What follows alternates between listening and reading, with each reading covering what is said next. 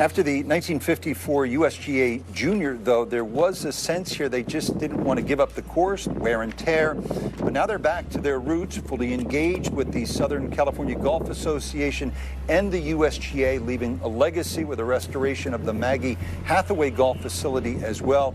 And they are just getting started. The U.S. Women's Open is here in 2032, and the men will come back in 2039. Brandel, what do you think of LACC? Look, I think the anticipation of this golf course contesting a U.S. Open is unequaled in the 20 years that I've been covering major championships. It's bizarre that it's been 75 years since the U.S. Open has been contested, actually to the day, as you just noted, on a George Thomas golf course, who didn't have and doesn't get the fanfare of, say, Donald Ross or Alistair McKenzie or Arthur Tillinghast, because he didn't have the output or the quantity of golf courses that they did, but inarguably the quality of his golf courses match theirs. Himself a deep thinker, Tom Doak, said that there has been no greater thinker or deeper thinker in the game of golf course architecture than George Thomas. Gil Hance, who's been the busiest man in all of golf over the last 10, 15 years, said no architect has influenced his design more than George Thomas. And of course, the preeminent biographer of George Thomas, Jeff Shackelford, who I walked around with the other day on this golf course, has said there's no architect that he favors more than George Thomas. So the work that George Thomas did in the 20s here, Bel Air, Riviera, and redoing this golf course and writing this book right here, Golf Architecture in America, has been called the greatest burst of architecture in the history of golf. And when you talk about that strategy and that creativity on what some people will say is the finest piece of parkland layout, finest piece of parkland land to build a golf course on, you add all that together with the beauty and the strategy of the design, and it has everybody pretty much their mouth watering just to see the architectural eye candy of this place. The way you sell those to me, Brandel, I got one question. Why have the USGA waited so long to come here? That's a good question. I mean, you've ticked every box there. Right. You know, why have they waited so long? Well, it was the club that was reluctant. Was it? And okay. With a more progressive a group at the helm now, they want to share what they've long known they have had, and to my earlier point, back to their roots. They want to engage a little bit more with the golf community here in Southern California and as well across the country. But good for them. It's a really special place. We talk about growing the game. That's a great example of growing the game. You know, I mean, that term is used too loosely and too often, but this is growing the game. You're right in the middle of an amazing city here in Los Angeles.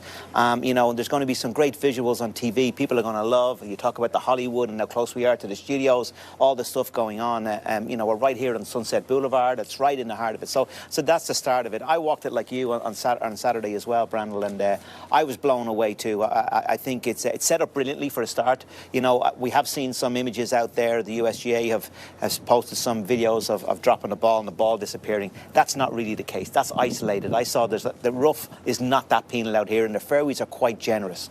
That doesn't mean it's easy. Far from it. You've got a pretty firm golf course already with no rain forecast. That's going to stay that way. You've got a lot of undulation. I was surprised how much undulation there is. You know, we're right in the middle of Los Angeles. You'd think it'll be dead flat. Far from it. There's quite a lot of undulation in that. Brilliant green complexes. You know, challenging green complexes, and throw in a little bit of wind. We're not too far away from the coast as well too here. I think it's set up beautifully. It's not your normal what you would consider a US Open setup. It's a little bit like the Pinehurst style setup, more so than the wing foot style that you would see for a US Open. And you know, going back to the aesthetics and the beauty, just look at that clubhouse there. I mean, really, it's just absolutely stunning. It's a shame it's got those two ugly buildings behind it, but that's another story, I guess. Real estate. You just offended all the people in those buildings, by the way. But how can you even look at those buildings with that bunker right there? The bunkering around here, that sort of blown out dune, sort of baseball glove look is absolutely just gorgeous to look at. My architecture partner, Augie Pisa, is sitting right over here. He came back in after walking the golf course today, and his eyes looked as big as yours when you're describing the weather that's coming up over the course of the week. But there it is right there, that fescue that they're meant to look old. That's stacked sod, by the way, and this fescue that sort of rings these bunkers is, you know, we'll probably hear a few complaints about the players getting caught up in that fescue, but really it's just an extension of the bunkering, and it's just sublime. Yeah, I mean, there's a lot of risk reward as well on the golf course. You know, you can take corners here if you want, but you know, you get it out of position like you would see in a lot of US Open style courses. You really can have some trouble. So I think it's got a real great cocktail of all the elements that make a great golf tournament, including the fact that we're in the middle of Los Angeles,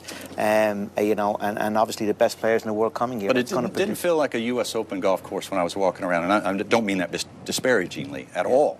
On the contrary, it feels more like an Augusta feel to it, with room off of the tee, very creative greens that allow you to sort of work a golf ball into it. It's not so punitive. That's the fairway at the 18th hole. Now, mind you, the 18th hole's 492 uphill. We'll be playing in the afternoon breezes into a slight breeze there. That fairway, and it's not really that sloped. It's 62 yards wide. So I mean, we're talking about a fairway almost as wide as the 18th at St. Andrews. So there's plenty of room off of the tee. I always say about Augusta National that it's a place where the players can just show up and show off.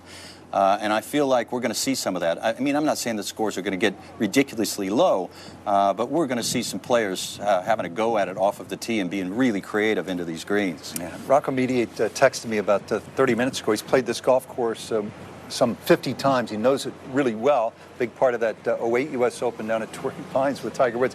He said par is going to be your friend. It may not look that way now. He said when it gets firm and fast, where they can put some of the whole location, he says, is going to baffle the guys, and he feels as it gets firmer and faster, big question that if it par does is going to get be a good score. Faster, yeah, because it's been gray here for about a month. You know, that's what I hear. This marine layer lays over. The golf course is just much greener than they would like it to be. I mean, I do too. I mean, I'm with Rocco on that one. I mean, I know that Max Homa shot 61 here in a college tournament a few years ago.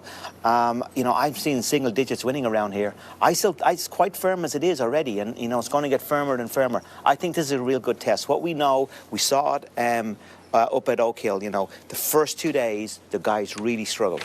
But when the rains came on Saturday, all of a sudden, what was there, 7 scores, 65 or better around a golf course that they all said at the start of the week was impossible. So what we know about professional golf is when a golf course is firm and fast, that's when it's at its most difficult. And that's what this is going to be this week. And it's at its easiest, no matter how difficult it is in terms of the design, when it's soft, as we saw that in Oak Hill.